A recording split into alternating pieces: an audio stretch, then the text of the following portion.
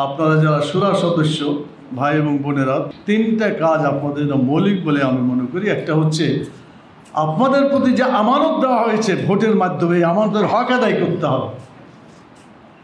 আনতুয়াদ্দুল আমানাতে ইলা আহলিহা, আল্লাহ তাআলা এটাও হুকুম দিয়েছেন যে যার জায়গায় যে হক তার কাছে এই হক পৌঁছে দেওয়ার দায়িত্ব আপনার।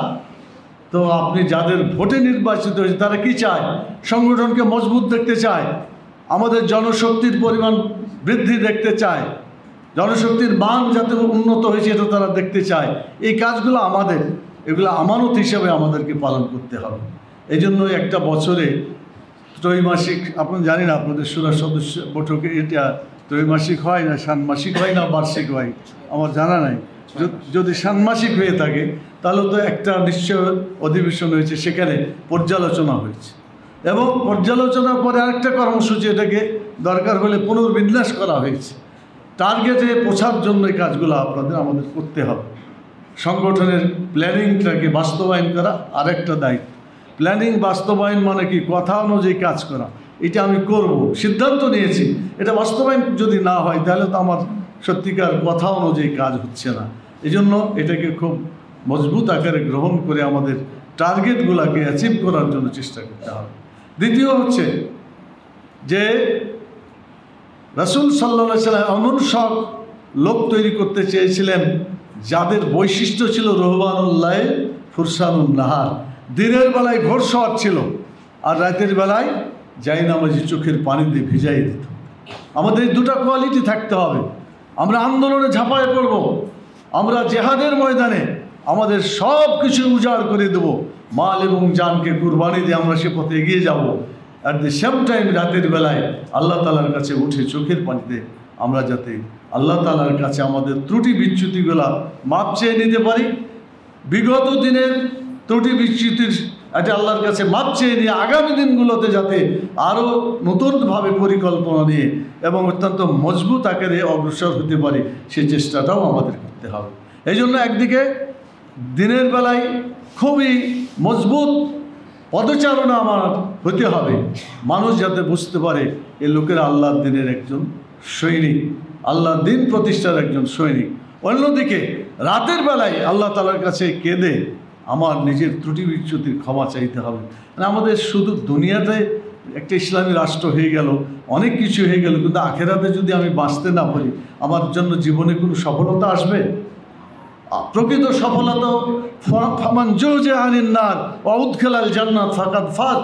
আল্লাহ বলছেন যারা জাহান্নামের আগুন থেকে বাঁচতে পারলো, জান্নাতে যেতে পারলো, এটাই তো সফলতা। রাষ্ট্র হয়ে গেল, ইসলামী রাষ্ট্র হয়ে গেল, লাখ লাখ কর্মী আর সমর্থক আমাদের হয়ে গেল, কিন্তু আমি জাহান্নাম থেকে বাঁচতে পারলাম না, জান্নাতে যেতে পারলাম না, আমার মতো হতভাগা পৃথিবীতে আর কেউ নাই।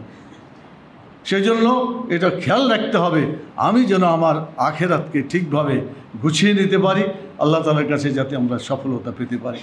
প্রিয় ভাইয়েরা বোনেরা, শেষ কথা হচ্ছে এই যে আমাদের বর্তমান সরকার এটা আসছে একটা ফসলের কারণে, আলহামদুলিল্লাহ আমরা চাই এই সরকারের সফলতা, এদের সফলতা হচ্ছে একটা সংস্কার করে দেশটাকে ভালো করা।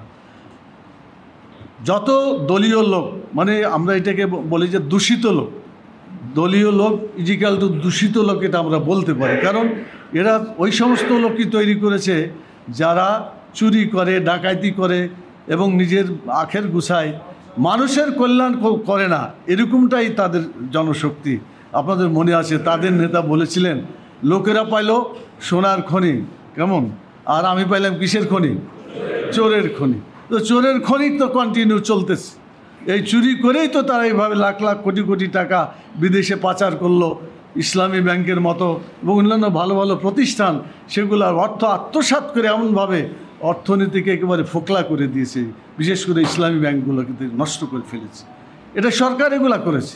অতএব যারা এরকমভাবে আমাদের দেশের অর্থনীতি নষ্ট করে দিয়েছে বা এই ধরনের দূষিত লোক এখনও সমাজে বিভিন্ন জায়গায় আছে, এই দূষিত লোকগুলোকে না সরানো পর্যন্ত কোনো ভালো নির্বাচন করা যাবে না। এই জন্য এটাকে সরাইতে হবে। আমরা দেখছি যে একটা লোক দূষিত আর এক জায়গায় সেই দূষিত লোকটাই ট্রান্সফার হচ্ছে, তাতে কি কোনো কল্যাণ হবে? দূষিত লোক দিয়ে দূষিত কোনো দূর করা যায় না। নাপাকি দিয়ে নাপাককে পরিষ্কার করা যায়? পায়খানা দিয়ে, পেশাব দিয়ে পায়খানা পরিষ্কার করা যায় না, তো দুটাই নোংরা হয়ে থাকে, এটা চলবে না। আমরা দেখছি উপদেষ্টার মধ্যে সমকামিতার কথাও প্রচার করছে, এরকম লোকও এখানে নিয়োগ হয়েছে।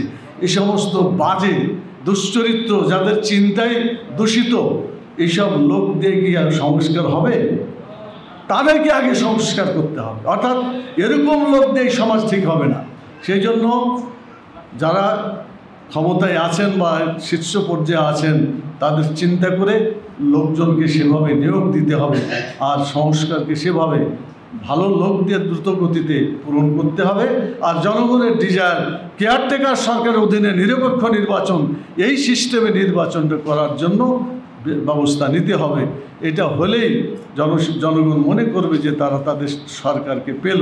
আমরা শেষ কথা হলো এটাই, আমরা শুধু জনগণের ভোটে নির্বাচিত সরকার বা বৈষম্যহীন যে সরকারের কথা বলি, এই সরকার জীবনেও হবে না যদি আল্লাহ তাআলার নির্ধারিত যে আইন কানুনগুলো আছে আমাদের এই সমাজে, এই রাষ্ট্রে যদি চালু না হয়, তাহলে আমাদের দেশে সুখ শান্তি কি ফিরে আসতে পারবে?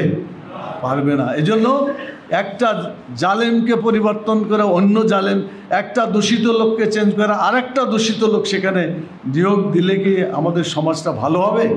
এজন্য লোক তৈরির যে কর্মসূচি বাংলাদেশ জামাত ইসলামী নিয়েছে, মানে সেই কর্মসূচি ইসলামী ছাত্র শিবির নিয়েছে, শ্রমিক কল্যাণ ফেডারেশন নিয়েছে, ইসলামী ছাত্রী সংস্থা নিয়েছে, মহিলা বিভাগ, যারাই কোরআনের আইন চালু করতে চায়, মানুষ গড়ার কাজটা, লোক তৈরির কাজটা খুব গুরুত্বপূর্ণভাবে চালিয়ে যেতে হবে। আর মজলিস শুরার সদস্য ভাই বোনেরা, এই কাজের জন্যই আপনাদেরকে কিন্তু বাছাই করা হয়েছে।